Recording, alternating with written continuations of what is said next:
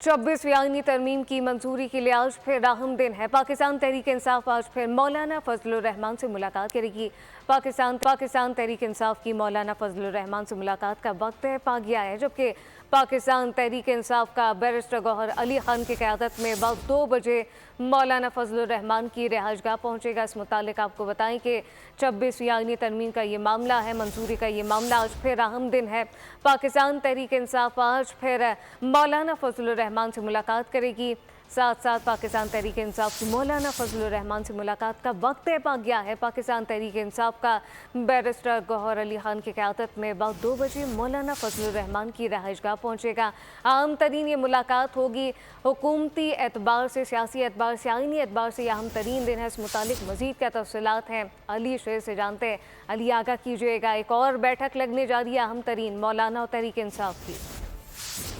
जी बिल्कुल, आपने कहा कि एक और बैठक लगने जा रही है और ये तो अभी एक और बैठक कही जा सकती है। ये जिस तरह दिन का आगाज होता है तो शाम शुरू होती है, फिर बैठकों में बैठ के लगती हैं और रात गया तक और सुबह तक आनियाँ जानी जो है वो जारी रहती है। लेकिन आज के दिन में जो फिल वक्त शेड्यूल मीटिंग है वो कौमी असम्बली और सेनेट के इजलास और काबीना का इजलास तो है ही, लेकिन जो सबसे ज्यादा नजरें हैं जिस मीटिंग पे वो पाकिस्तान तहरीक इंसाफ की मौलाना फजलुर रहमान से आज एक और मुलाकात है।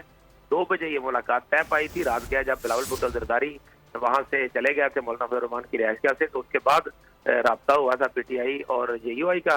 तो पीटीआई ने ये कहा था कि हम आज 2 बजे जो है मौलाना फजलुर रहमान की रिहाइशगाह पे पीटीआई का वफद बैरिस्टर गौहर की सरबराही में आएगा और वो आकर फाइनली तौर पे, हतमी तौर पे बताएगा कि आया वो जो जेयूआई और पीपल्स पार्टी का मुश्तरका मसला है उसको वोट देने जा रहे हैं या नहीं देने जा रहे हैं। अगरचे उस वक्त में रात में तकरीबन 1:15 बजे का टाइम था, उस वक्त में जब पीटीआई जब तैयारियां कर ली गई थी सेनेट इजलास की और अरकान आना शुरू हो चुके थे, दूसरे मरतबा वक्फा किया गया था, तो उस वक्त पीटीआई की सियासी कमेटी ने ये एलामिया जारी किया था कि वो इस आईनी तरमीम को वोट नहीं करेगी। अभी देखते हैं कि जो वफद था वो गया और उसने सियासी कमेटी से मशावरत की और मौलाना से उन्होंने एक दिन का वक्त मांगा था। अगर मौलाना से अगर उन्होंने मंडे का वक्त मांगा था कि मंडे को दोबारा हमारी बानी पीटीआई से मुलाकात कराई जाए ताकि हम हतमी तौर पे कोई फैसला ले सकें, लेकिन वो मुतालबा जो था पीटीआई का उसको मौलाना ने हुकूमत के सामने रखा था और हुकूमत ने इस बात से इनकार कर दिया था कि काफ़ी ताख़ीर हो चुकी है, इसलिए अब हम मज़ीद मुलाकात नहीं करा सकते। अब पीटीआई को जो भी फैसला करना है वो आपको आगाह करें।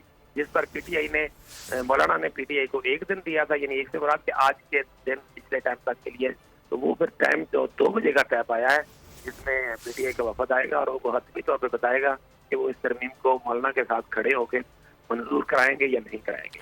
सही, 2 बजे यहाँ मुलाकात होगी। साथ साथ बज़ाहिर ऐसा ही लगता है कि मौलाना फजलुर रहमान सियासी मैदान में इस वक्त महवर बने हुए हैं और हुकूमत की मौलाना की जानिब नज़रें हैं। साथ साथ मौलाना की बात करें तो मौलाना की नज़रें और जो डिपेंड कर रही है इस वक्त क़यादत वो तहरीक इंसाफ पे।